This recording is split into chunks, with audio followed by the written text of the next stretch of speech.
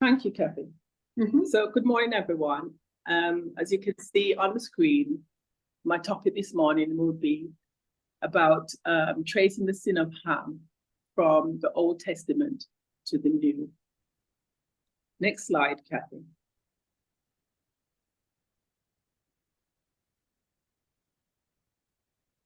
And you can actually see from our time of studying that the gender issue has been going from 1989, and it will continue until the end of time. Next slide.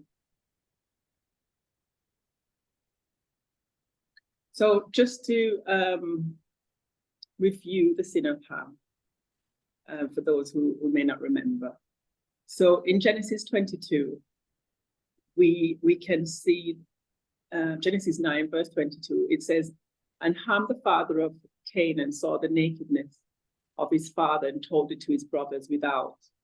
In Leviticus 18, 7 and 8, "The nakedness of thy father or the nakedness of thy mother." So that tells us it's a synonym. "Thou shalt not uncover. She is thy mother." And I just want you to bear in mind, it doesn't say that they are your parents. It says she is your mother. "Thou shalt not uncover her nakedness." So you can see that father and mother in this verse it's synonymous, and so we can clearly see that the nakedness of the father, which is in the next verse, "The nakedness of thy father's wife thou shalt not uncover. It is thy father's nakedness." So for those that don't clearly see that it's Noah's wife and not Noah, those verses actually tell us. And Leviticus 20:11, it says, and the man that lieth with his father's wife has uncovered thy father's nakedness. So you can see that verse 18, chapter 18, verse 8, and 20, verse 11, it's a repeat and enlarge. So the passages above state that Ham lied with his mother, which is Noah's wife. And Genesis 5,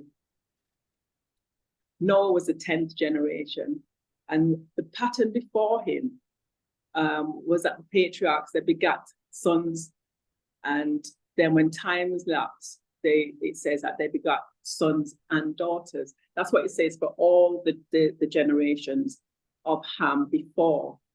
Sorry, not Ham, Noah. And we see that Noah was the 10th generation. But when it came to Noah, it says that he didn't have any more children.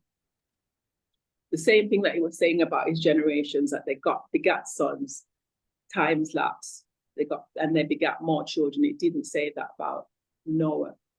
So I just wanted to ask the question, even though Noah was given that mandate to replenish the earth, why do you think that he didn't have any more children? Has anybody thought about that before? No, that's a good question. I haven't really thought about that either. Anyone else want to stab a guess?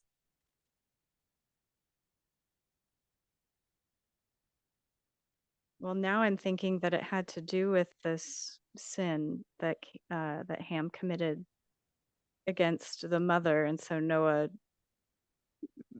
felt like she was no longer his, or something like that.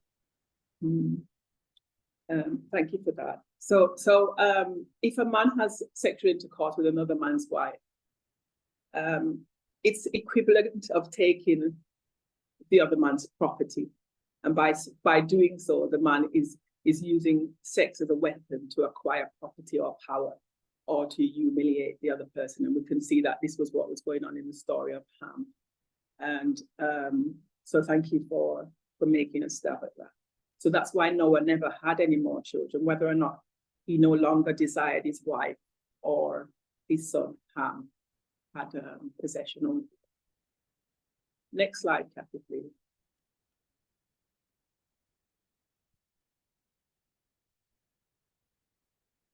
So here, Leviticus 18, 1-3, 6-8 to 18. God didn't want the Israelites to follow the incestuous relationships. Like he saw that Ham and his generations were doing. So in verse, can I get some readers or so I can take away this nervousness for one, and just to get some participation from everyone. So could I get some readers of the verses on the screen, please? I can read. And the Thank you. Lord spake unto Moses, saying, Speak unto the children of Israel, and say unto them, I am the Lord your God.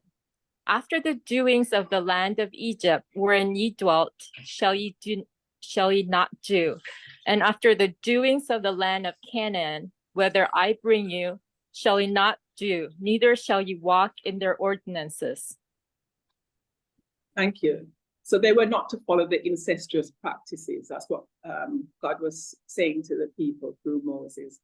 And I have a quote here from Elder Tess, War with the Neocons. And this was done the 10th of the 6th, 2022. And this is what she said. It says, God said, don't follow in the ordinances, the cultures, the ones that they lived in, Egypt and where they lived and where they was going to, which was Canaan, and the ones that surrounded them embodied in their family.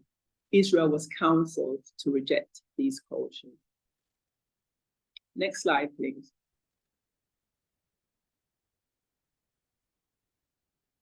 So here in spiritual prophecy, this is what this is how Ellen White describes the sin of Ham.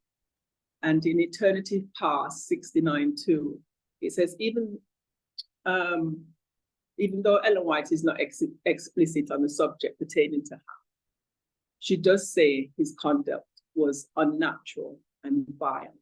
And some of these words will actually repeat again in scripture. So I just want you to take note of them, because we know that both spiritual prophecy and inspiration, they harmonize with each other. In Beginning of the End, 48:5, the corruption and irreverence of Ham. This is how she's seeing it in spiritual prophecy. You see the quotes on the screen. She says debased. His sin was debased, and I guess as the line of Canaan progressed, the sin became more debased. So some will deem it natural to tell a lie and natural to steal, but it's not natural. It's not natural to sleep with your own mother, and it's not natural to carry an incestuous child. Next slide, please. Can I get a reader for these two verses, please? And I will make thee swear by the Lord God of heaven and the God of the earth, that thou shalt not take a wife unto my son of the daughters of the Canaanites among whom I dwell. So just stop there. So Abraham, I'm just going to give you some context. Abraham was instructed not to follow the sins of, not to allow his son to intermarry with the Canaanites. And he made his servant Eliezer swear that he wouldn't do so. And also Isaac also instructed Jacob to do the same thing. So you can see that they are making effort to adhere to the requirements of God. Continue. A bastard shall not enter into the congregation of the Lord, even to his 10th generation shall he not enter into the congregation of the Lord. So before I just said that Noah was the 10th generation when the sin of Ham happened. So I checked out what the Hebrew word for bastard was, H4464, and that means child of incest or illegitimate child. So it's a euphemism for Canaan. And incidentally, in the Strong's definition, Canaan means to bend the knees, hence to humiliate, vanquish, bring down low, in subjection, under, humble, and there's a few words that you can see that it gives you the meaning of the name Canaan. And his demeanor was true to his character, because the meaning of Canaan also refers to what Ham was trying to do to his father, to make Noah kneel to Ham when he usurped his power. Bearing in mind that I'm tracing the sin of Ham from the Old Testament to the New. So next slide, please. Can I get some more readers?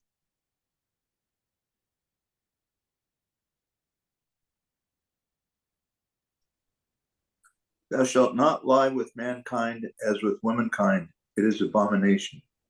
Defile not ye yourselves in any of these things, for in these things the nations are defiled, which I cast out before you. For all these abominations have the men of the land done, which were before you, and the land is defiled. So I use the rule of first mention on the word defiled.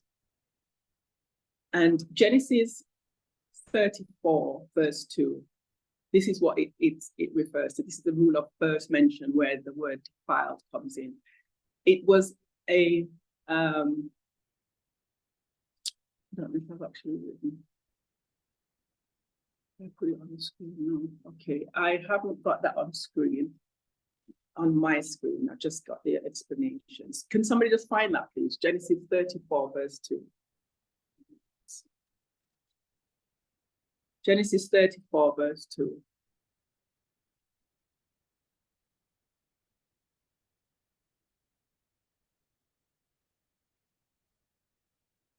And when Shechem, the son of Hamor the Hivite, prince of the country, saw her, he took her and lay with her and defiled her. Okay, so it was an Hivite that defiled Dinah. That's Jacob's daughter. The Hivites, as you'll see later as I go on into the study, that they were Canaan's descendants. So a man from within the tribe was from within that tribe, which is Canaan's tribe, was the first to defile a woman.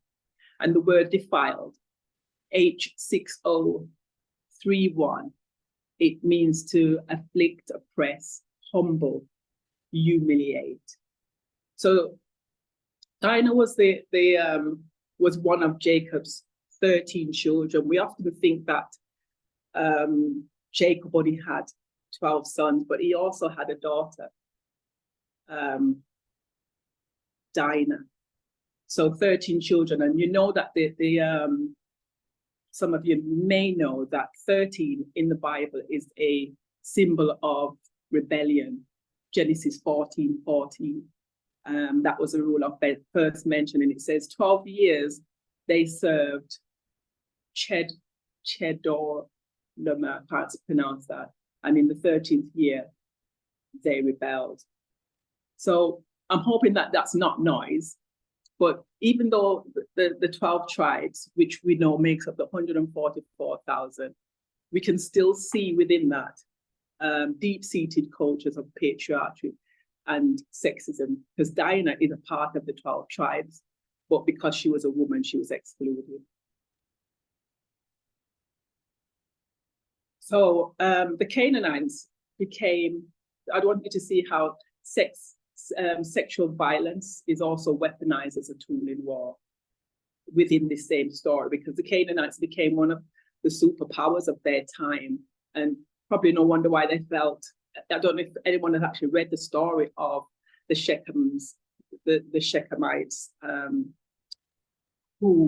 sorry, not the Shechemites, but the person was called Shechem, but the Hivites, how they came about raping Dinah. In your own time, Genesis 34, if you want to read the whole story. But the Canaanites were a superpower at that time, and no wonder they felt that they could force themselves upon a woman whenever they felt and however they felt like. But this one time we can see in the story of Shechem and Dinah, that the Israelites annihilated the Hivites by using their power. Because remember, I'm saying this sexual violence was a weapon. So they was using their power and disarmed that sexual strength. Because if you remember the story, and for those who don't, I'm saying go back, so it might not make any sense. The man that defiled Dinah was asking to marry her, and the Israelites said, okay, kind of tricking them, you can have her, but first you have to circumcise yourselves. And while they were, and they agreed to that. So while they did circumcise, and they was obviously disarmed, for want of a better word, that was when the Israelites killed them. They killed them all. It's a very interesting story, so you can read that in Genesis 34 at your own leisure. So even today, we see soldiers in Gaza and Ukraine, just to name a few, that weaponize sexual violence to humiliate women and to subjugate the men. So next slide, please. We're going to here see where we can look at how God stated his will and command regarding the expression of human sexuality. So could you back up a slide? I think you've gone one slide too many. Yes, so can somebody read those verses, please? Thou shalt not lie with mankind as with womankind. It is abomination. Defile not yourselves in any of these things. For in all these the nations are defiled, which I cast out before you. For all these abominations have the men of the land done, which were before you, and the land is defiled.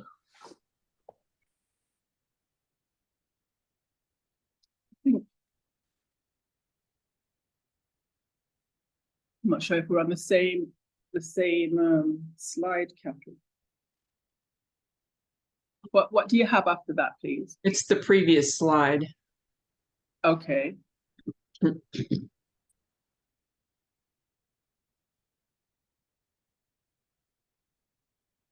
What do you have before that one? Looks like we're about to see. The importance of history. What do you have? Okay, you got to go to the next. Okay, So I this think, is number 7 slide. okay. And we did Genesis before that. Okay, so you stay there then. Okay, and then go to the next one. What's the next slide? I think After this is, Leviticus, yeah, I think that, the importance of history. And then right. the So next you stay one on is, that slide. Go back to the one before that and just stay on that slide, please. okay. The one, right. Thank you. Uh-huh. Thank you for reading that, David. So Leviticus 20, verse 13, you can see at the end of that verse, it says that both men will die. They should be put to death if they lie. If they lie with a man, as he would with a woman. And when I looked up the word abomination, H8441, it means a disgusting thing. So when we look at these verses, we know that these verses are problematic verses. We've heard it said before. And these verses deal with the dispensation that we're in right now. And so to understand these things and explain these things, I think it's very important. So that's why I wanted for us to revisit these things. So if you go to the next slide, please.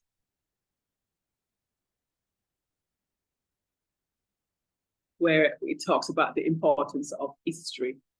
And these are quotes that I got from Elder Tess presentations. And this was Eden, Canaan, and Stonewall. She did this in August 2001. And I don't know if I can have a reader for these. I'm going to be doing a lot of talking, so I just want somebody just to help me to read through these things.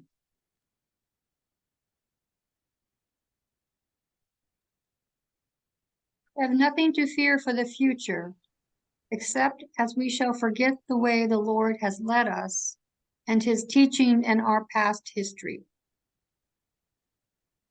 Continue. Yes, please. If we are going to understand current and future events, we have to remember the past so we do not go off course. How can we understand Adventism today without understanding the end of Israel? How can we understand the end of ancient Israel without understanding where they went wrong in the Alpha of ancient Israel? How can we understand their golden calf if we don't understand pagan Egypt and their Apis bull? It is all connected. Unlike modern Israel, the history of ancient Israel is encoded in the Old Testament.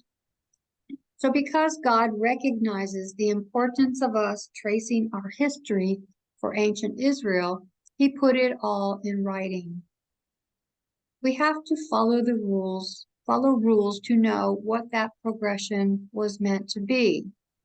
Assyria, Egypt, Babylon, Greece, and Rome are the external superpowers that encompassed and interacted with God's people.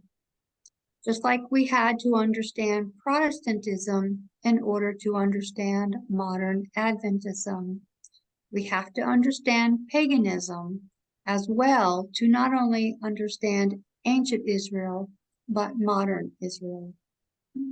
Thank you. Next slide.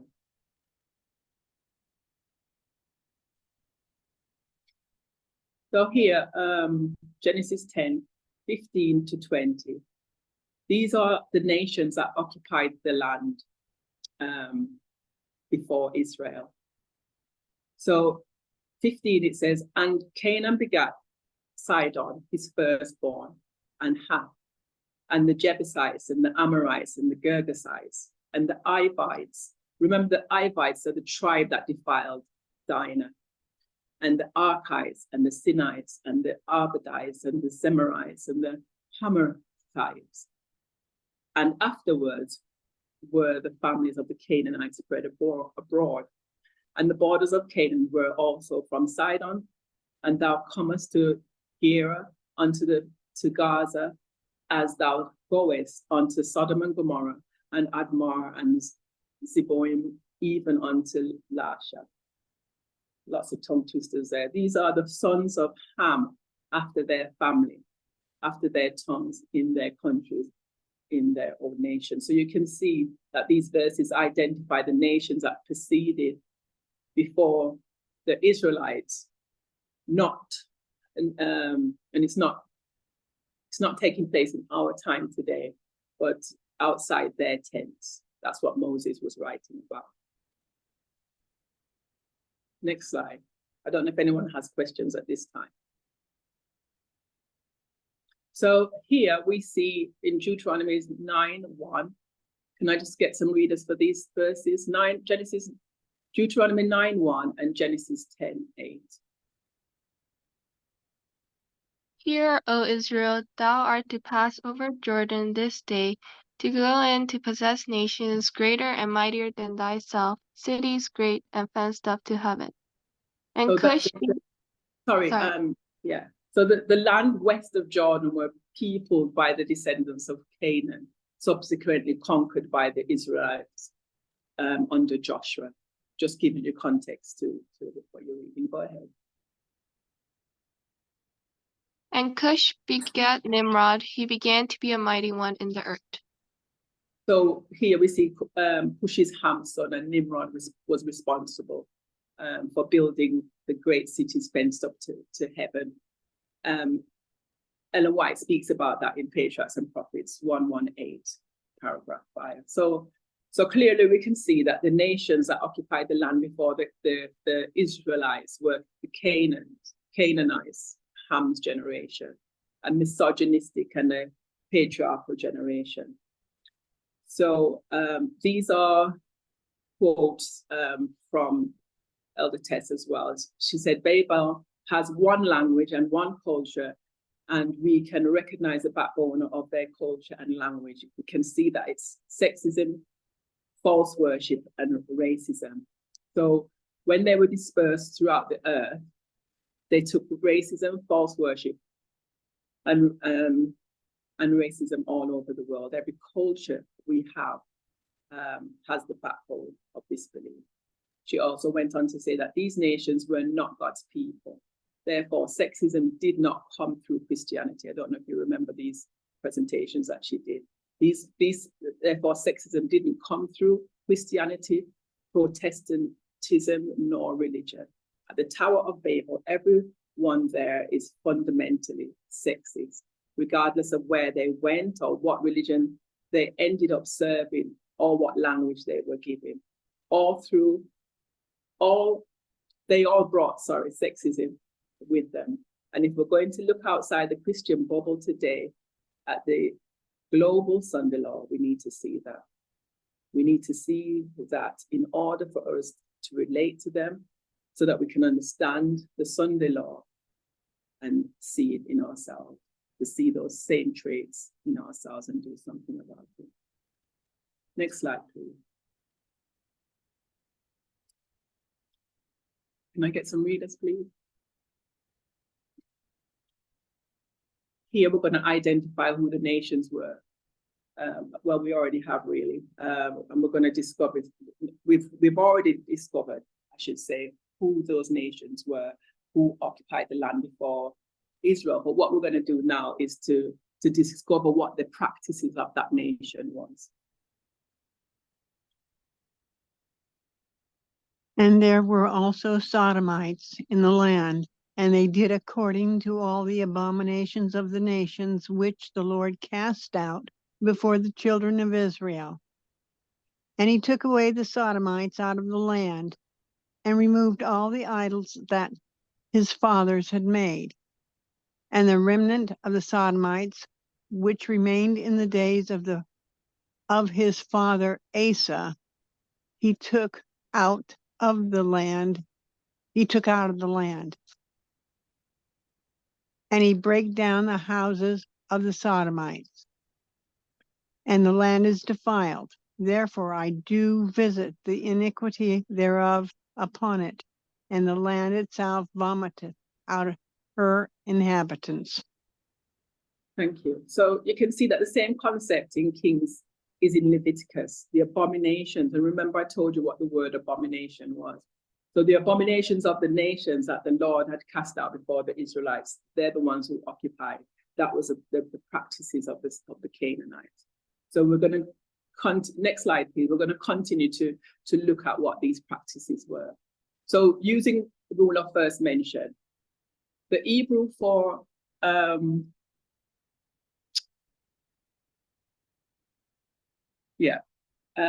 Hebrew for sodomite is male temple prostitute.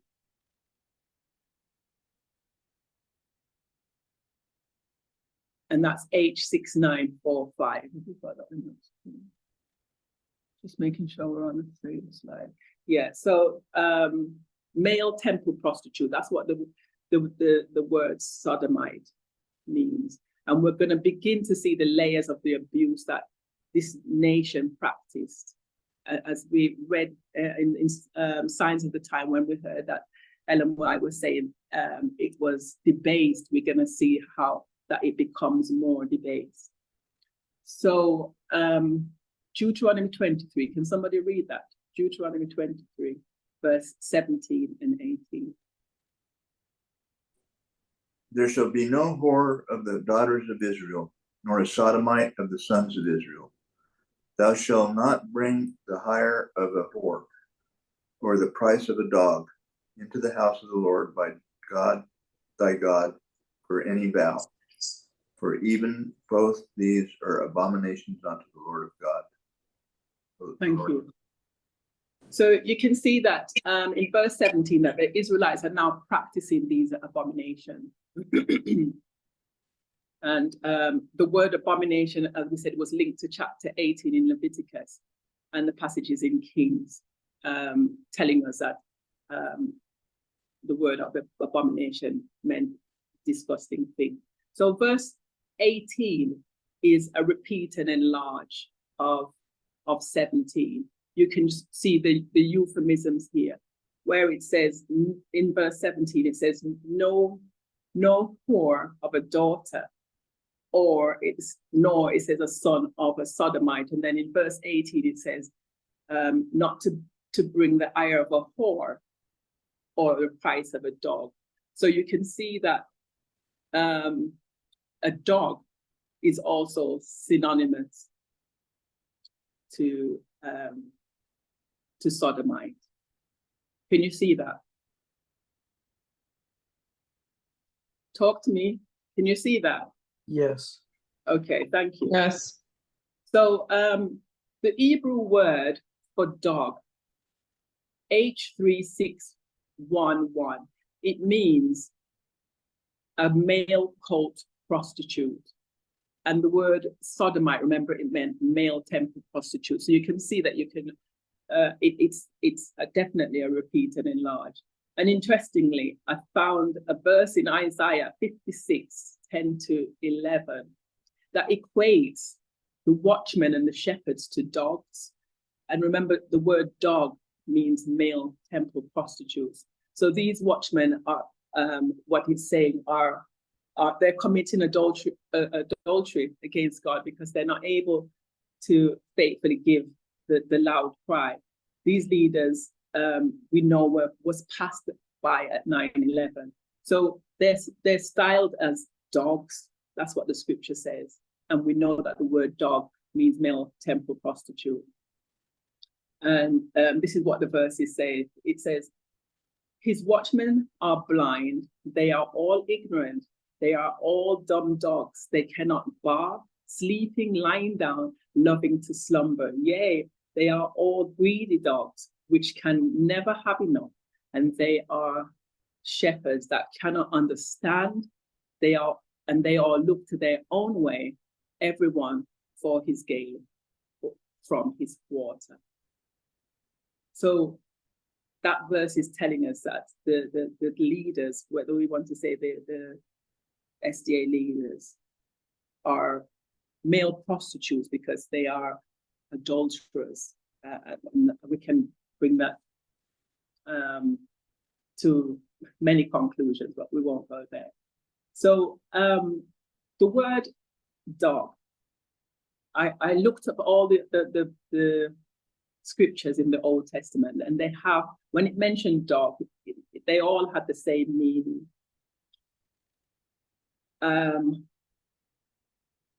Each one of them had the same meaning as let's see what it said, male cult prostitute. All of them in the Old Testament, the same number, the same meaning when it mentions the word dog. And every mention of the word dog in the New Testament is also, though it's a slightly different meaning to the one in the Old Testament, they also have the same meaning too. So the Greek word, which is in the New, I'm not sure if everyone knows that the Old Testament was written in Hebrew and the New Testament was written in Greek. So the Greek for dog, this is what it means: a man of impure mind, an impudent man. That's what it means. And an impudent man is meaning for that is disrespectful, insubordinate, irreverent. These are all traits of Ham. So we could say it's a euphemism of Ham. And Testimonies for the Church,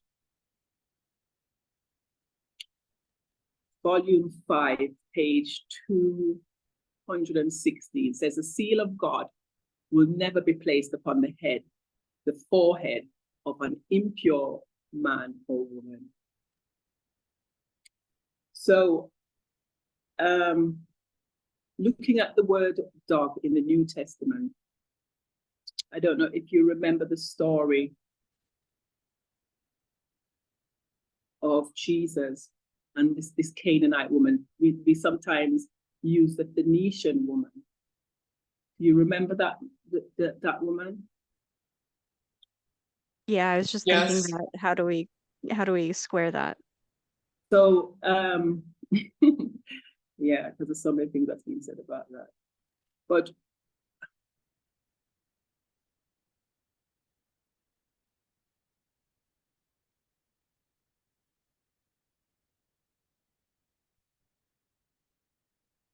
so here we find it in Matthew. That's where we find that story.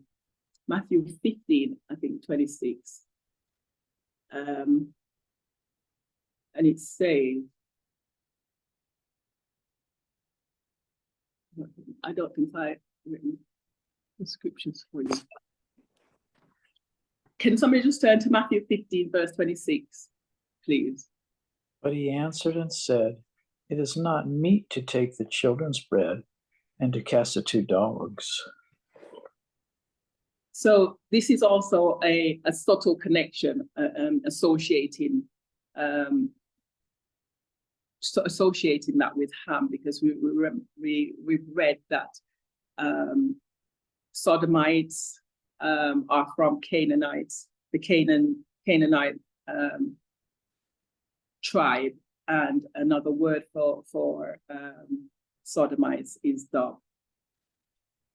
So I just wanted to show that association. So the 10th generation, I think it was Linda who read about bastard, that wasn't supposed to go in the congregation of God until the 10th generation. So I guess by now the 10th generation must have passed, because we were able to see this woman, this Canaanite woman, Phoenician woman, in the presence of God.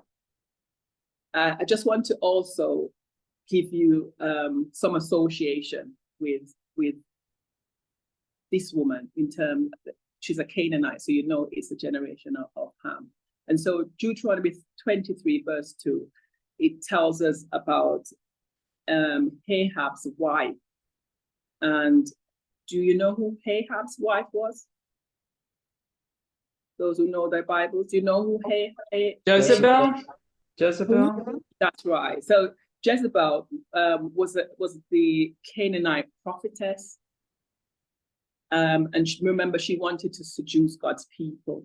Her father was Ethbaal, the king of Sidon, a Phoenician king. So I just want to show you the kind of people these Canaanites were. And Christ now refers to this Phoenician woman as the lost sheep of Israel. And you'll find that in the same chapter, Matthew 15. So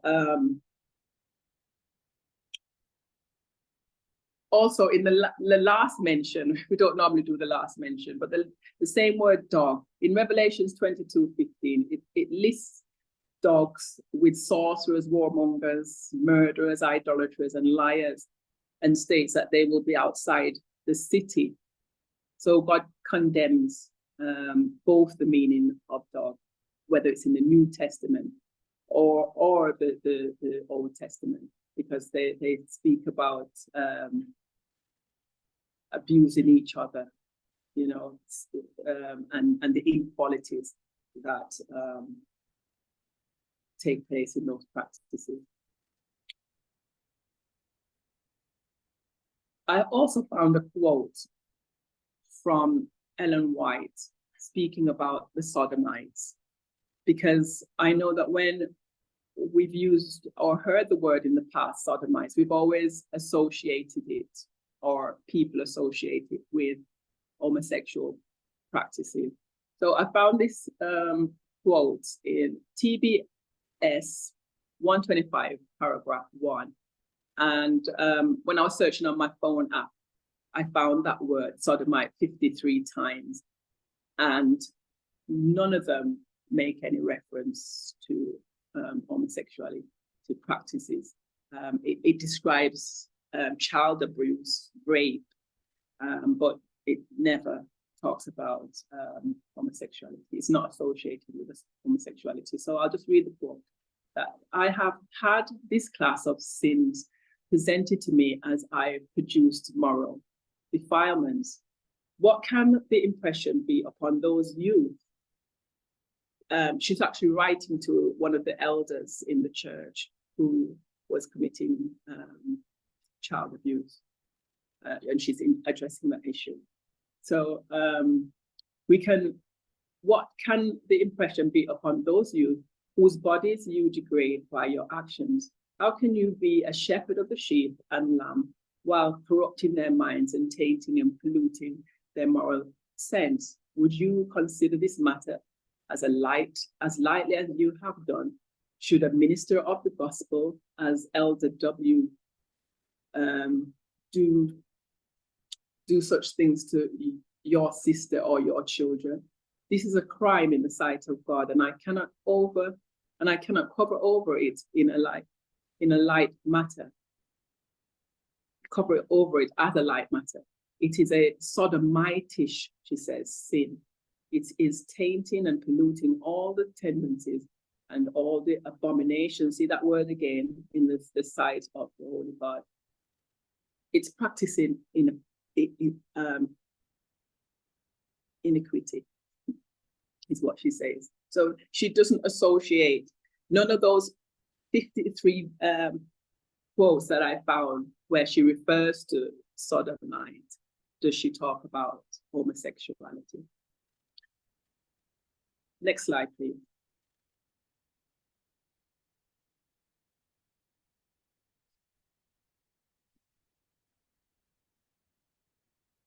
Oh, didn't realize I'd put it in there. Next slide. Somebody could have read it. Go ahead, next slide, please. So we're going to look at Deuteronomy chapter 22, 13 to 30. I know it's a long chapter, but here God gives a list of sexual injustices that they disapprove of, and insist that Israel refrain from doing such practices against women. So maybe we can get a few readers here, because we're reading from verse 13 to 30. So when the person gets down to the last verse, Kathy, can you move to the next slide, please? Okay.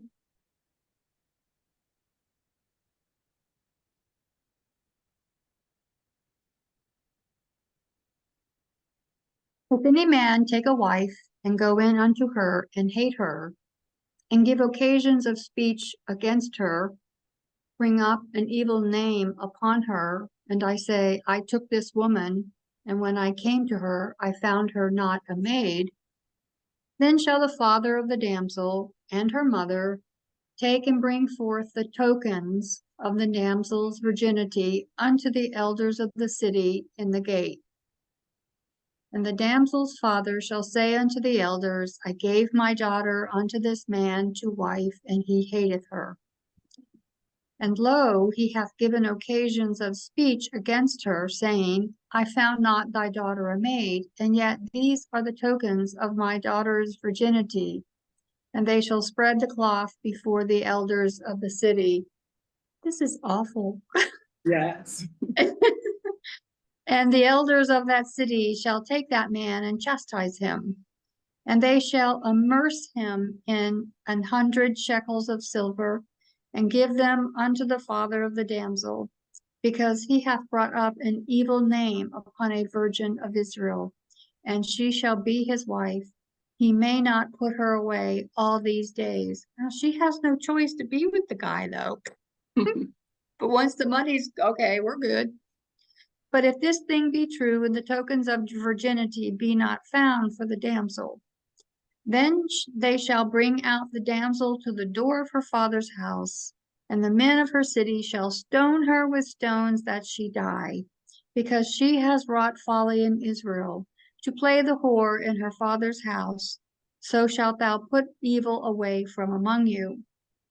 If a man be found lying with a woman married to an husband, then they both of them shall die, both the man that lay with the woman and the woman. So shalt thou put away evil from Israel.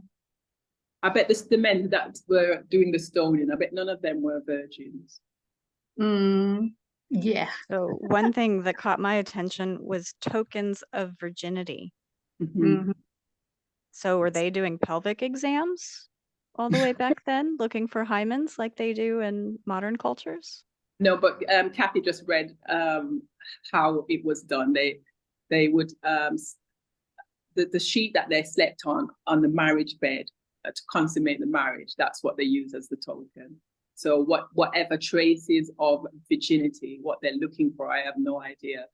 That is how they determine whether the person was a virginity or not. I think it And could of have been course- blood. I think it could have been blood, from what I Yes. recall.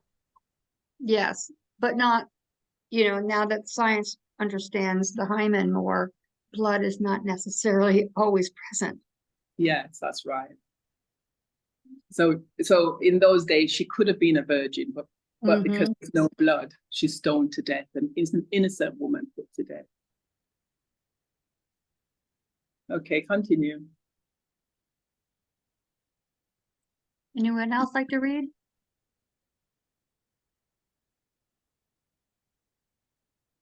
Yeah, I can. If a damsel that is a virgin be betrothed unto an husband, and a man find her in the city and lie with her, then ye shall bring them both out unto the gate of that city, and ye shall stone them with stones, that they die.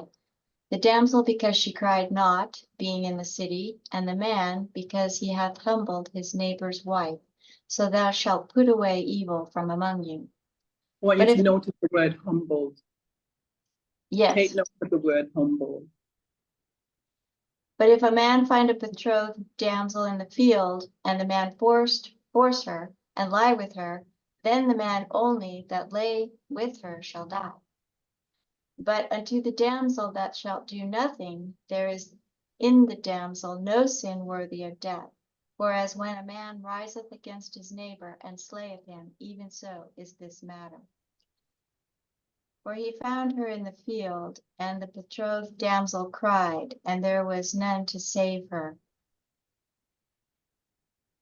If a man find a damsel that is a virgin, which is not betrothed, and lay hold on her, and lie with her, and they be found, then the man that lay with her shall give unto the damsel's father 50 shekels of silver, and she shall be his wife, because he hath humbled her. He may not put her away all his days. A man shall not take his father's wife, nor discover his father's skirt. Okay, thank you. So these are practices that were associated with the Canaanites, and the Israelites are now practicing, because these are the things that Moses is addressing with the Israelites. And that final verse in 30, where it talks about the father's skirt,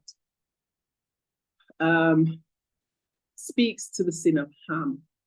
Skirt, the word skirt, H3670. The meaning of that word is to be put or thrust in or into a corner, to be hidden from view, be cornered or thrust aside. So those are euphemisms of Noah's wife, because we know that she was hidden from view. Many people read that passage and cannot see that she is there at all. Though they all got off the ark together and was living together for so many years after.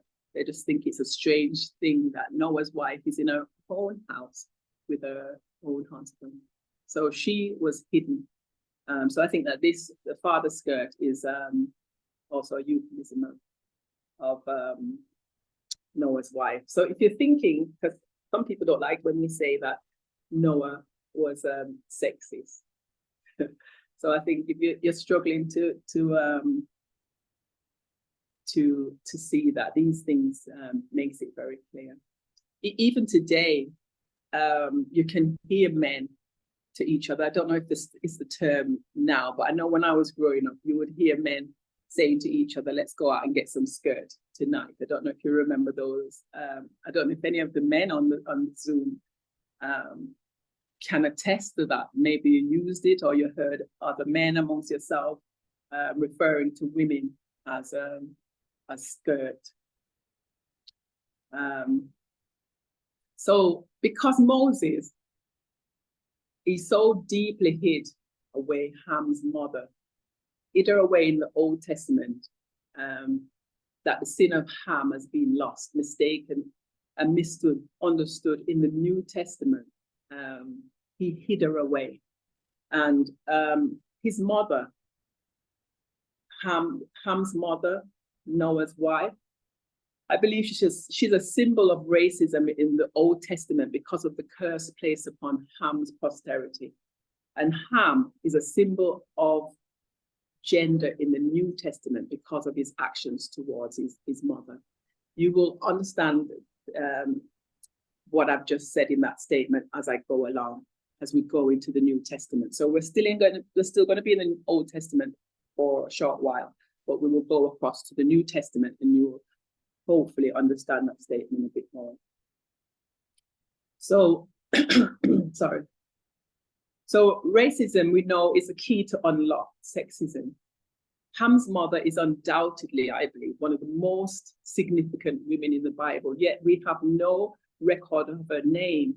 Noah's wife was the second mother of humankind, though she never had any more children with Noah or Ham after the rape. We can see that in Genesis 5 and Genesis 10. It's only with Canaan that we can say that she's the second mother of humankind. And I believe she's impacted history forever, because today we're still seeing the repercussions of what Ham did.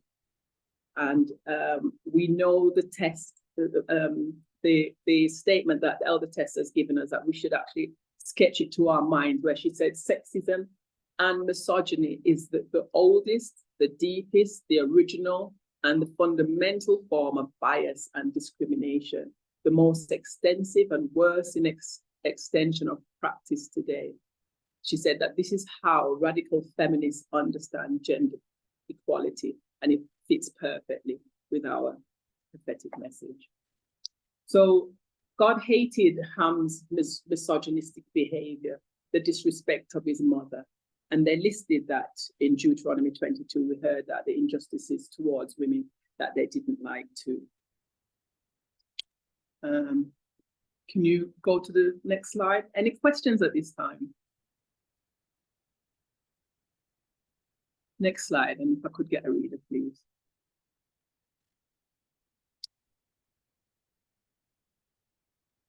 That is the next slide. Oh, okay. Can I get a reader? I can read.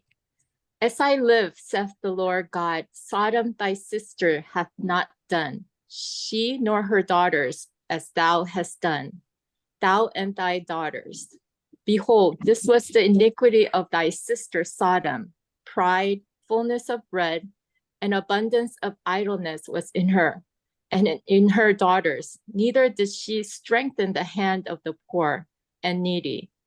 And they were haughty and committed abomination before me. Therefore I took them away as I saw good. Thank you. So that passage was relating to when I was talking about the Sodomites. And we know that when we mention about the Sodomites, we always go to Sodom and Gomorrah. And this passage is referring to that. It tells us what the iniquity of that nation was. And we don't see anything about homosexuality. We see pride, fullness of bread, and other things, but idleness, but we don't see anything about homosexuality. So the Bible doesn't mention that any of Ham's descendants had gay relationships. So when we look at Leviticus 18:22, where it says a man should not lie with a man as he would with a woman, it's not talking about a loving, committed relationship between two men. It's referring to sexism and in the inequalities that's embedded within those verses. So I want us to take a closer look as to why I'm actually saying that. So can I get the next slide, please? No, go back, please. Okay, so we're going to take a closer look at Leviticus 18:22. And we have to bear in mind that it says in 1 Corinthians 13, verse 11, that when I was a child, I spoke as a child, I understood as a child, I thought as a child, but when we became parents, or adults, I should say, we put away those childish things. So that's telling us that what we used to think, or how we used to read and understand before, after the midnight cry message and the studies that we've been having from our elders, our mindset should have changed. So we shouldn't be thinking like children anymore. So I'm hoping that you have on your adult eyes as we look at, we take another look at Leviticus 18:22. So it says, thou shalt not lie with mankind. Mankind, H2 145. So thou shalt not lie with mankind, as with womankind, it is an abomination. And as with means in the same manner that. That's what the word as with means. So thou shalt not lie with mankind in the same manner that thou liest with a woman. That's what it's saying. So we've been looking at the dark side of patriarchy and the depth of misogyny and abuse and violence towards women for so long now, and still we're horrified and saddened when we learn more about it. So I began to look at this verse not as a man should not engage in homosexual practices, but rather a man should not treat another man that the way that he treats a woman. Do what you want to a woman, but don't do that to a man. So we know that men viewed women as the lowest of creatures. Women were humbled. I think Pam was reading Deuteronomy 22 when the word humbled came out. So women were humbled, oppressed, afflicted, and humiliated just to keep them in their place. She's dehumanized when she's viewed as property.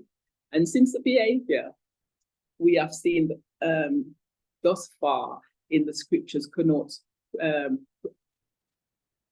promiscuity and abuse, along with other sexual immoralities. I believe that Leviticus 18:22 is stating a man is clearly promiscuous and abusive with women, and he must not be promiscuous and abusive with mankind or another man. So if he's to marry and to be faithful to a woman, he is to marry and to be faithful with a man. So it was common for a man to abuse, to use and discard women in the Bible times. We know that. And empower them by violence, sexual violence also. Men was exalted over a woman. You hear of male privilege, and they had more value. And because men were misogynistic, sexist, and patriarchal, a man was not allowed to treat another man the way that he would treat women, with violence and disrespect. So even in some cultures today, they would sell their daughter to save the son of the life of the son. So to what I'm saying thus far in terms of a man should not treat another man the way that he's treating, that he treats women, I have two witnesses in the Bible to endorse what I'm saying, and we'll go over them in a while. So sexist Moses is saying not to have sex with a man the way men have sex with women. It's a disgusting thing. And if I was to ask any of the men on for the Zoom forum today, what would be the worst thing that could be done to yourselves as a man? What is the worst thing that could be done to you? I don't know how many men are in the group today, but I've heard at least 2 readers that were male. What would be the worst thing that could be done to you as a man? It's not rhetorical. It would probably be to be raped by another man. Thank you for answering, Jim. Yeah, when a woman is raped, it's not a big deal for some men. Some men have committed suicide and reduced to tears as a result of that. They feel defiled, but yet they're quick to tell a woman, get over it and get on with your life. It's significant when it happens to a woman, but when men are subjected to such abuse and defiled by another man, as it says in Leviticus 20:13, it says that the man should be put to death. That man who did that should be put to death. Humiliate a woman, but don't humiliate a man, because that would be defiling patriarchy. I have a question. Yes, for the guy who answered. And if a woman did it towards you, how would you feel compared to, you say that, if a man were to do it, if a woman were to do it, like how would that feel? Or how would that make you feel?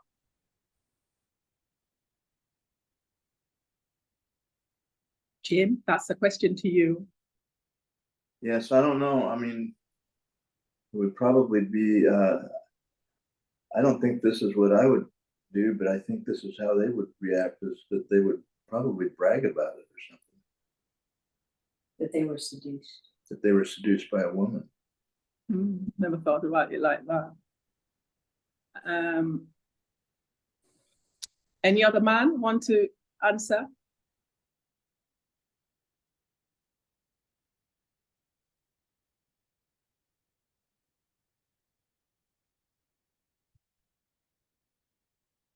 Can somebody read the comments? Because I'm not. Sarah says it wouldn't make a difference. Would it? Would it? Would it not? Okay. Okay, so thank you for your contributions. I know those were personal questions, but God had to start somewhere towards restoration. So abuse on any level is an abomination to God. The men treat women, men treated women anyhow, and it was increased in depravity, even unto animals, because in Leviticus 18, verse 22, God had to tell them that they weren't to sleep with animals either, male or female, were not to sleep with animals. So you can see the depravity of and the debased practices of the sins that they were practicing. So men were so steeped in patriarchy and blind to the mistreatment of women that God had to get them to see how debased it was by abusing another man, just the way that they would mistreat a woman. Leviticus 30:13 states that if a man begins to treat another man how he treats a woman, both of them must die. That's what it says. Both of them must die. Let me see the next slide that you have there, Kathy. Okay, just reverse a little bit. Go back to the previous. So even today, women are still mistreated. Men want to restrict, this is what's going on right now. Men want to restrict a woman's bodily autonomy rights. You could never do that to a man today. Men want to criminalize women for traveling out of state to have an abortion. Men want a woman to risk their lives to carry a fetus that might not survive or even take her life. look at these serial rapists, and I can think of the Ripper. When I was growing up as a child in high school, it wasn't high school then, it was primary. And then we went to somewhere before we went to high school. I can't remember what it was called. The Ripper was rampant in Leeds. I grew up in Leeds, in the town where I grew up, and daughters were not allowed to be out or unaccompanied because this Ripper, Jack the Ripper, I don't know if you remember, it was happening right around me, and we were terrified. And for years, they didn't believe these women because they were prostitutes. They didn't take them serious because they were not, you know, I can't remember what we normally say about the victim, perfect victims, innocent. I can't remember what term we use, but because they were prostitutes, they didn't believe them. But if a man was killing and raping men the way that this man was doing, I'm sure law enforcement, they would have tried their uttermost best to apprehend this suspect immediately, because those things shouldn't be done to a man. But yet, for years, women were living in fear. There were attacks and assaults and murders upon women that went unnoticed, or nothing was done because they were prostitutes. So I just want to point out how this verse is not saying men don't sleep with men. It's saying don't treat women, don't treat a man the way you will treat a woman. So let's go to the next slide, please. Susie, I got a question. Yeah, reverse, please. Yes? Yes, go ahead. Oh, okay. So when you hear this word of Moses, whose word are these? Are they coming from God, or these are his own word, the direction that is giving to man? Repeat that, Because please. I'm having a hard time. So I'm asking the directions or the rules that Moses is telling men that should not be applied to women. So my question is, are they coming from God, or these are Moses' words? Because the way they are viewing women, they are so disgusting. Like, really, God is merciful to all, I believe. So are these Moses' prejudice? Or these are how God viewed women too back then? Because I'm having a hard time. I'm going to put that question to the class. A very good question. I'm going to put it to the class for some involvement.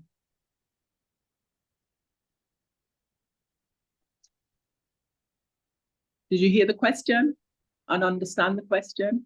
Are those words coming from God, or is it the lenses of Moses?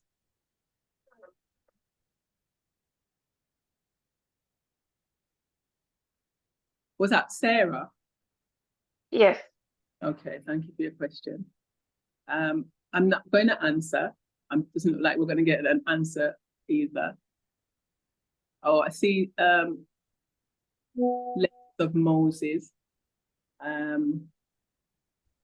Because we have to remember that Moses and most of the men in the Bible were sexist. We see, remember, I'm tracing the sin of Ham from the Old Testament to the New, and we're still going to find the same traits within the New. Hi, hello. Yeah. Yeah, I can attempt to answer that. Thank you. Yeah, I'm thinking those words are coming from Moses himself, him being a product of the patriarchal cultures.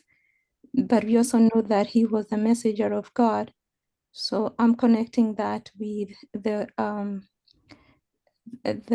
topic we've been discussing, being a plant and also being the messenger.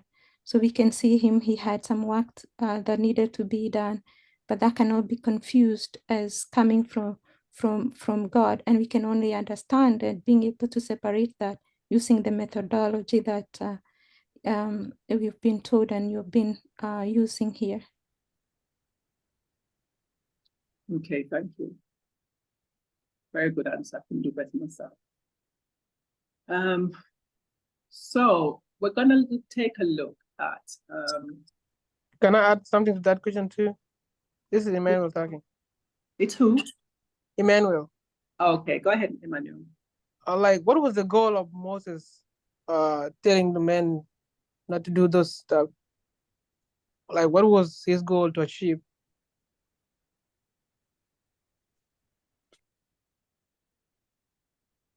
Anyone want to answer? What was the goal that Moses wanted to achieve by telling men not to treat each other the way you would treat a woman?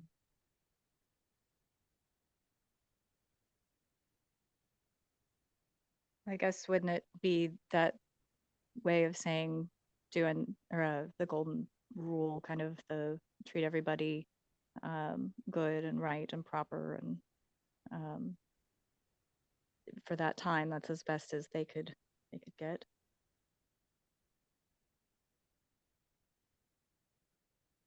Thank you. Anyone else? Emmanuel, you have to say whether or not these are answering your questions. This is your question. So Alyssa is saying that because he wanted it to everyone to treat each other fairly with equality. Is that what you said, Alyssa? Yeah. Well, so I guess what I'm getting at overall is human rights, as far as what the message has always been, that we're getting more clarity on. But they had very patriarchal, very Apis bull influenced theology. And so I think God was doing the very best that they could with the instruments that they had available. And for Moses to say what was said, I think that was as good as could be done at the time to get people thinking along the lines of treating each other better. But it's still not doing, it's still acknowledging that women, I don't know, it's still not putting women within equal rights. So that's why it's not perfect. It's not, I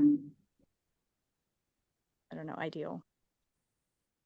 Thank you so much. Yeah, that's what I was thinking about. Like, it was like try to make equality among men, but like not everybody. So that's what I was saying.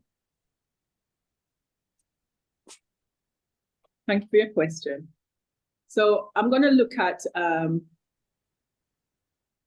Sodom and Gomorrah and the story of Sodom and Gomorrah and Judges chapter 19. We know that they're both parallel passages, and I want us to take a look at them.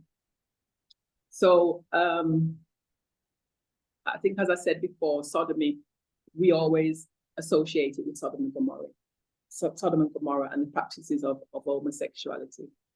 But when I looked up the word sodomy, and I didn't see it associated with homosexual practices. It was restricted to anal and oral sex. That's what it came up as. So the story of Sodom and Gomorrah, after, I think all of us must have looked at it, not only when the elders were going through it, but we in our own time. And you can see that it's not depicting homosexual relationships, but rather territorial disputes and how men treated strangers, and they planned to humble and subdue them. So we can see that the men, they wanted to rape and abuse the strangers, and in those days it was all about control, oppressing and dominating. That was what it was, what they wanted to do, to have the ability to wield force against the strangers.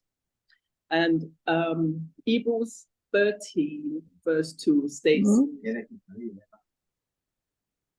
somebody want to say something? ¿Cuál guiso eso? ¿Qué guiso eso? Okay, so in ¿Qué Hebrews guiso eso? 13, Oh, sí, chorizo, sí, pero creo que la... can you let them know that their mic is on? So Hebrews 13:2 states, be not forgetful. Remember, we're talking about Sodom and Gomorrah. Sodom and Gomorrah. So the scripture says, be not forgetful to entertain strangers, for thereby some have entertained angels unaware. And we know that these men that visited Lot, they were actual angels. We've already read the passage on the screen in Ezekiel 16, where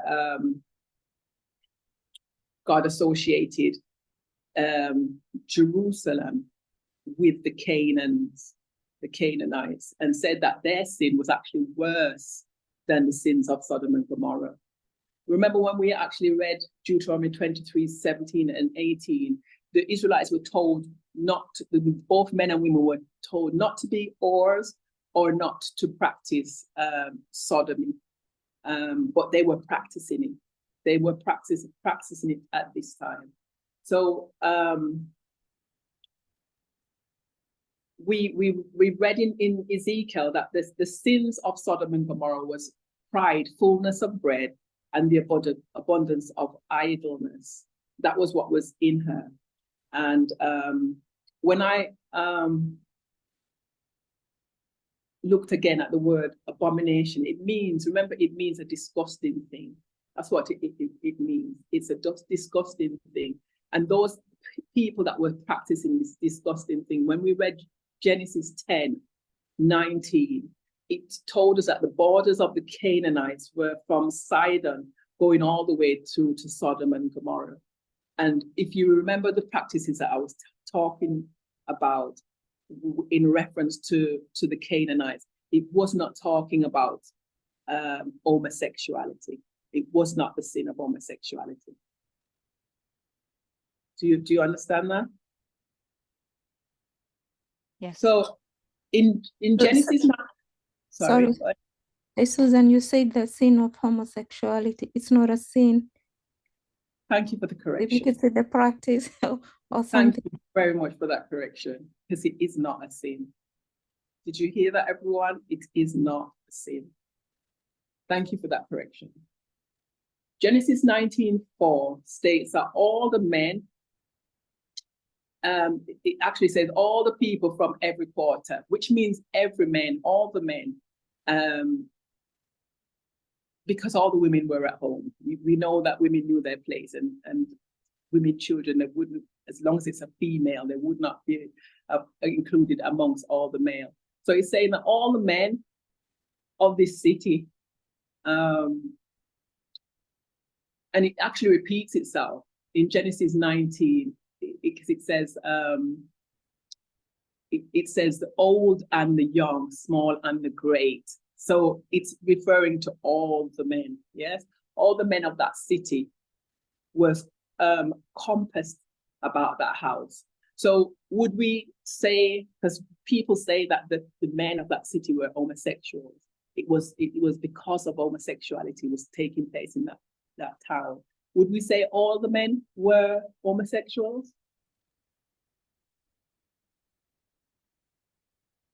Bearing in mind that Lot's wife, Lot had son-in-laws that were married to his daughters.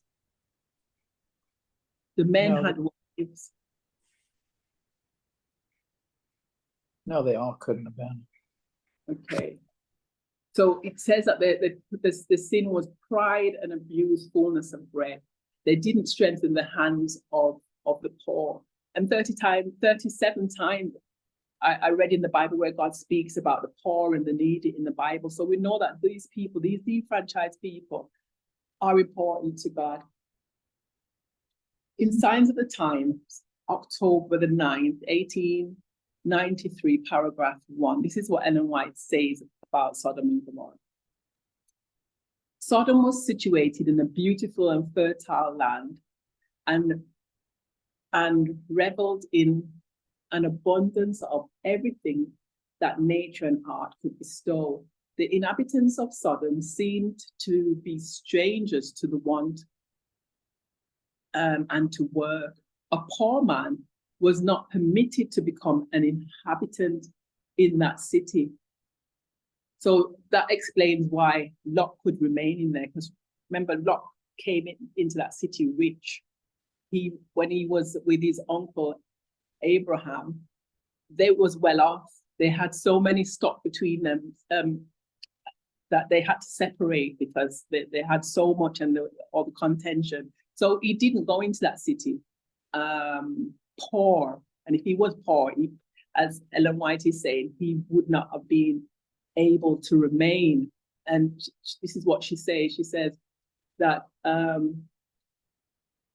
she's saying a poor man was not permitted to become an inhabitant of the city, and he was driven out by abuse, is what she says, or if not driven out, was a victim of an iniquitous, which means immorally wrong, plan to compass his ruin. The people of this wicked city took no thought for the future life. Idleness, remember we read that in Ezekiel. Idleness and wealth and the love of excitement carried them into every excess of pleasure and indulgence. The sensual animal nature was cultivated, and has, like the world before the flood, the imagination of their heart was evil and evil continually. They set their minds to work to find out new, unnatural ways whereby they might gratify their abominable practice. That's what she says. So the story of Sodom and Gomorrah is not talking about a loving, committed homosexual relationship or gay marriage. It's talking about layers of abuse. Also, the inequalities against those who were poor and rich. The poor were kept in lower status by abuse. Folks continue to the point to the sin.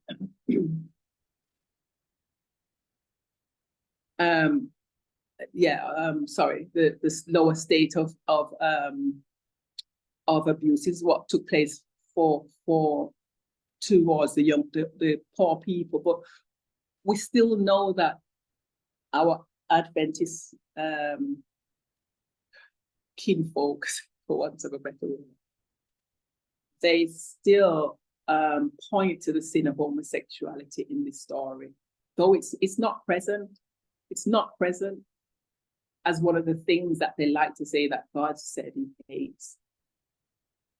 God hates inequality. God hates abuse, but there's no mention here of homosexuality. So even though sorry. Go ahead. I just wanted to note that the translations, because is this also the Hebrew translation as well? Like I've noticed that, they're reading it just as it is, and kind of not understanding or taking into account that, the translation has also been changed, that really makes it very complicated. And so then, you just take it for what it is, and then you kind of put your own spin on it, for lack of better words. But also I did also want to note that in Leviticus 18, considering the vices that were being spoken about, like the sexual vices and stuff like that, incest was also part of the context, as well. So ancestry was something else that, was spoken about. Thank you. So even though Lot was giving his daughters to the wicked men, they only wanted to rape, dominate, humble the men. Why? Because women already knew their place, and they wanted. They already knew their place in society, so they're not interested in humiliating a woman. It's because strangers are coming to their territory. So no, Lot said to the men, do not so wickedly. in other words, he's saying, don't treat these men how you would treat women. And the root of that word, wickedly, ruler first mentioned again, Genesis 19:7. I won't read it for interest of time, but the word wickedly means to tend a flock, a pastor, the dumb dogs, wicked teachers of Satan. Remember I read in Isaiah 56 about those shepherds and the watchmen, they were dogs. And Lot is saying to the men, do not do wickedly, which means the same things as pastors. What a pastor dog would do. I say pastor dog because they were saying that pastors was also a dog. So don't do so wickedly, he said. But they were allowed to mistreat the women anyhow they saw fit. So this is the dark side, as you see, of patriarchal structure. Women were of no value to be used and abused. And remember that the literal physical crime against Noah's wife was against Noah in the Bible, not against Noah's wife. So there's no justice. There was no justice for her. And it was all about what was done to the man. Men had more value. We know that men had more value. And even today, it's still perpetuated. In some cultures today, as I said, men, parents will sell their daughters to feed and educate the son. So I just want to quickly look at Jude, because Jude talks about these angels, or goes into Sodom and Gomorrah a little bit more. So I'm going to look at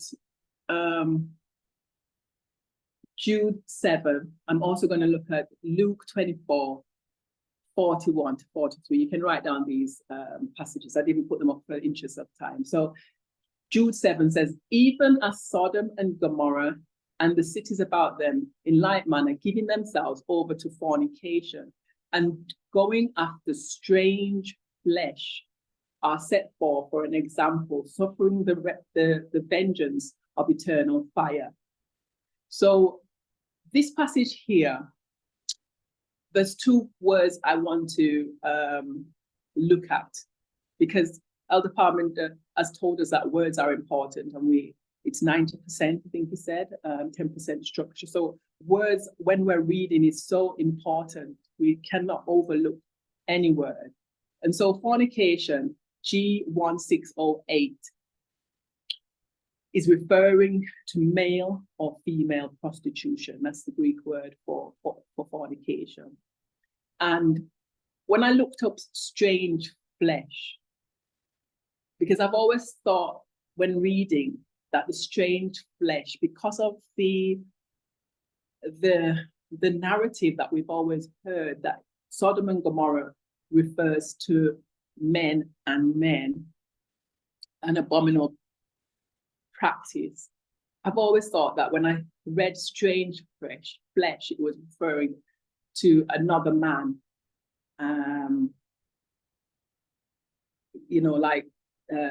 not the natural order of men and women, if you understand what I'm saying. So when I looked up the word strange, G2087,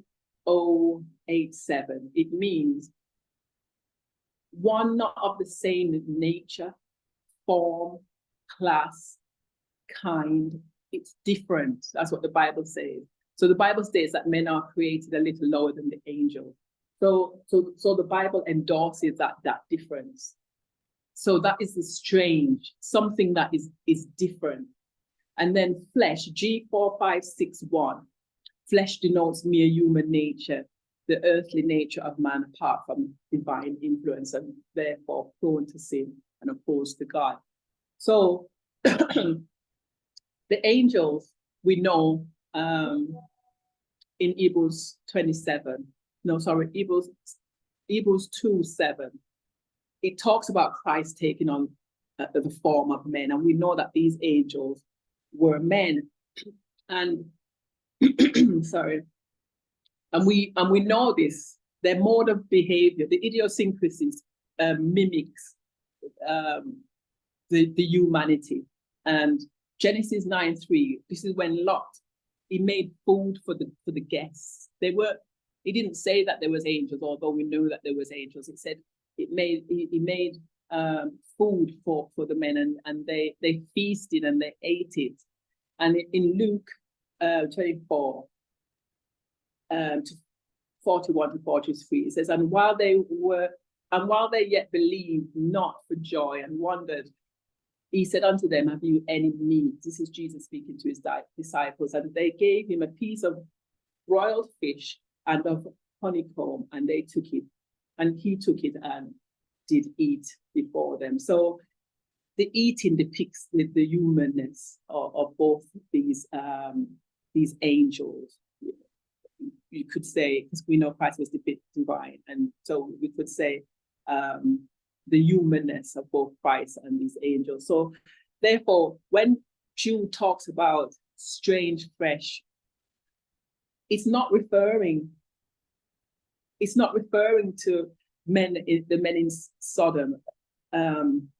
It's not referring to man and man. It's not referring to homosexuals. It's talking about the angels, because these men were angels. The men wanted to attack angels. So when you hear people talk about the strange flesh and want to associate that with human men, man and man, that's not what it's referring to. The Bible is talking about the angels, because they were actually angels. They wanted to attack angels. I don't know if you understand the point I'm trying to make here. I mean, when the angels came to visit Lot, are those the angels you're referring to? Yes. And I just read Jude 7, which made reference to Sodom and Gomorrah, how the men went after strange flesh. And I've always believed that it's talking about homosexuality, when it's not. That strange flesh is making reference to the angels, because they were angels. Do you understand what I'm saying? Yeah, thank you. Okay. I think we can move on to the next slide now, Kathy.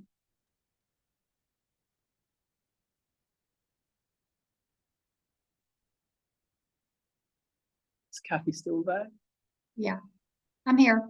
I Okay. just want to keep an eye on the time. Okay. How It's much 11. do I have left? Well, actually, it's been an hour and 45 minutes. I've gone that long already. Mm-hmm. Okay, and there's so much more to do, because we're just getting to the end of the Old Testament, and I haven't gone to the New Testament, so I don't know what to do. So we have a part 2. You can do a part 2 another time. Okay. When you say another time, we look at that today, next available slot, when? Probably, I don't know, it can't be today because I have a study to do for West Coast and Isabel's not available to host.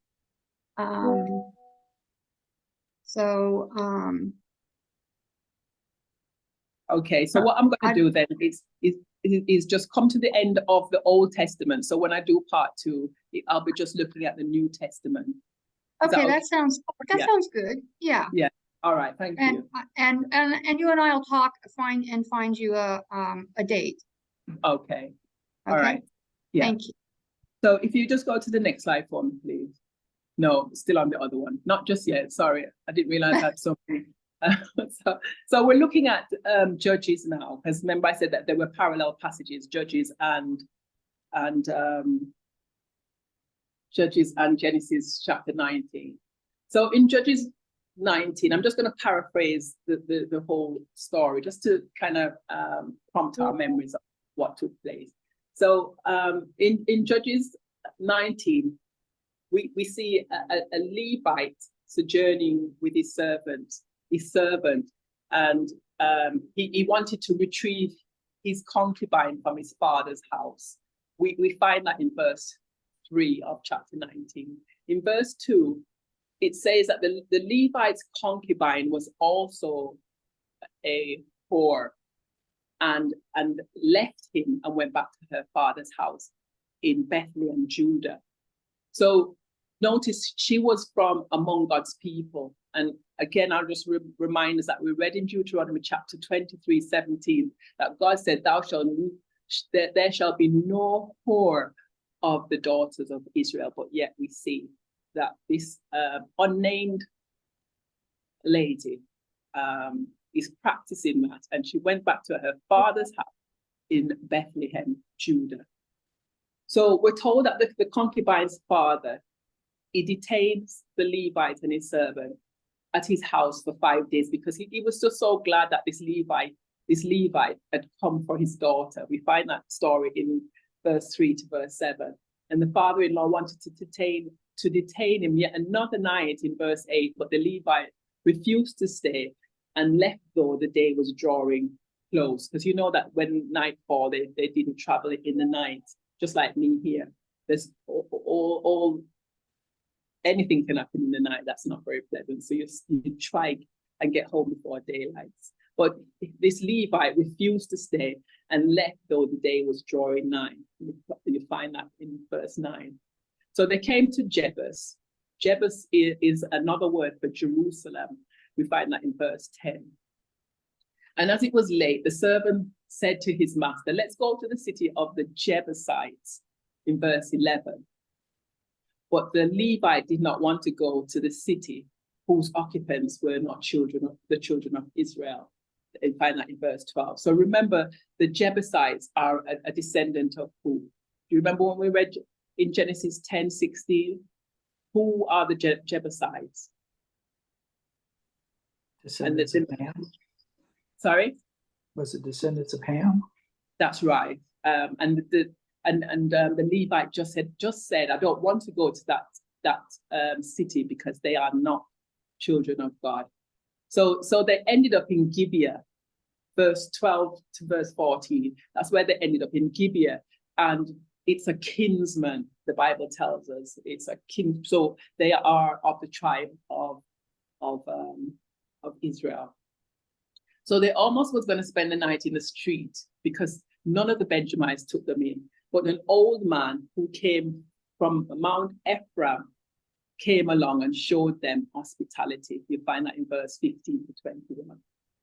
So the men of the town, sons of Baal, which means worthlessness, they wanted to penetrate the strangers because they were someone from a different tribe coming into their territory. Something like you could probably equate to turf war, gang war within a community or a hood. You probably hear some of the young people say. So these men had a nationalistic attitude. They were territorial and they wanted to exercise abuse towards the strangers and to humble them. When we read Deuteronomy 22, we saw that to humble someone is associated with sexual acts. So they wanted to humble them. And according to according to Deuteronomy 10:18, treating strangers badly, it's not favorable towards God. He doesn't like that. So the owner of the house, he knew that. Remember, he says that they were going to stay outside almost until this Ephraimite came and took them in. So the owner of the house wouldn't let them do a thing, wouldn't let them do such a thing. It says in verse 24, the old man states, this is how he saw it. He said, it's a vile act. I don't know if you remember when we first started to study that Ellen White talked about Ham's sin as vile. So this man is using the same word that Ellen White is used to describe the sin of Ham. And remember the Levite didn't want to stay in the land of the Jebusite because they were not God's people. He wanted to stay amongst his kinsfolk. So this old man wouldn't let them carry out this incestuous act. It was a vile thing. And the sin of Ham was incest.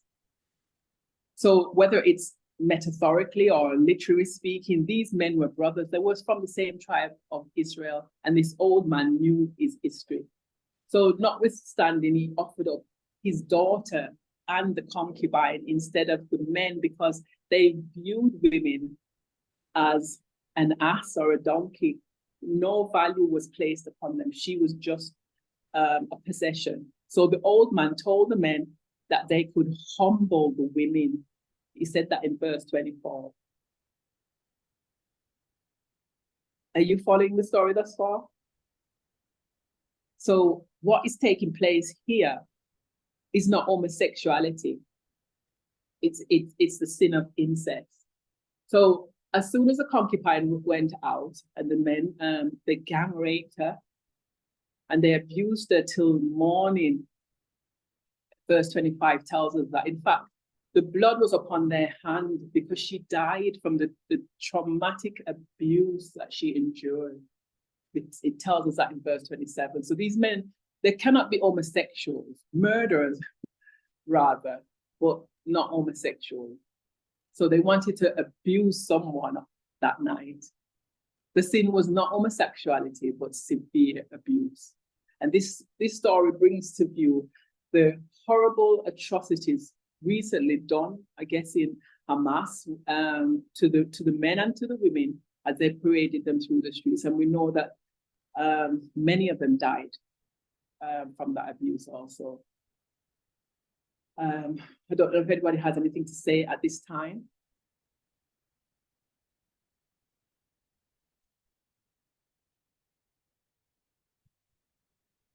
Okay. So in both Genesis 19 and Judges 19, they have the theme of territorial abuse. When speaking of countries, we naturally style it as her, the motherland. It's always referred to as a woman, the land. So these Bible passages, a woman was offered up for violation to prevent the humiliation of a man. No equality was demonstrated. And we know about sex today and then being used as a weapon of warfare. So just like the people of Sodom and Gomorrah, I'm gonna miss that out because Kathy just said I'm very short on time. So I want to just go to that last slide that you have. I'm gonna use where it talks about the things that God hates. The things that God hates. So here we have lots of passages. I could have found more to populate the sheet or the slide. And they all talk about the things that God hates. And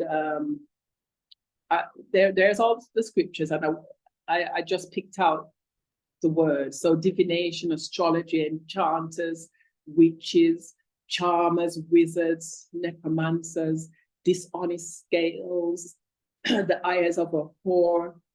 The famous verse that we know of, Proverbs 6:16 to 19. These things does the Lord hate. Yea, 7 are an abomination unto him.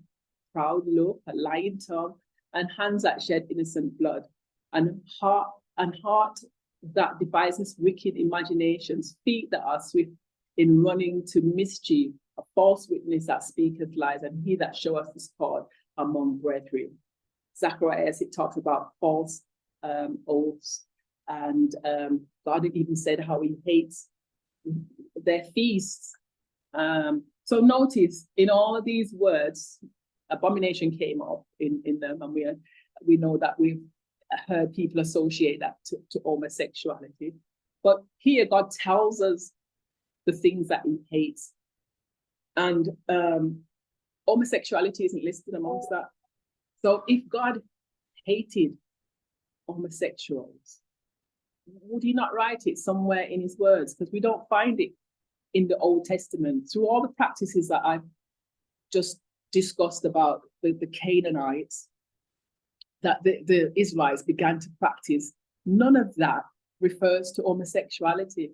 You see the layers of abuse, but you don't see homosexuals. But here God is talking about the things that he detests, and homosexuality isn't one of them. The Old Testament never speaks never speaks about a loving, committed gay relationship.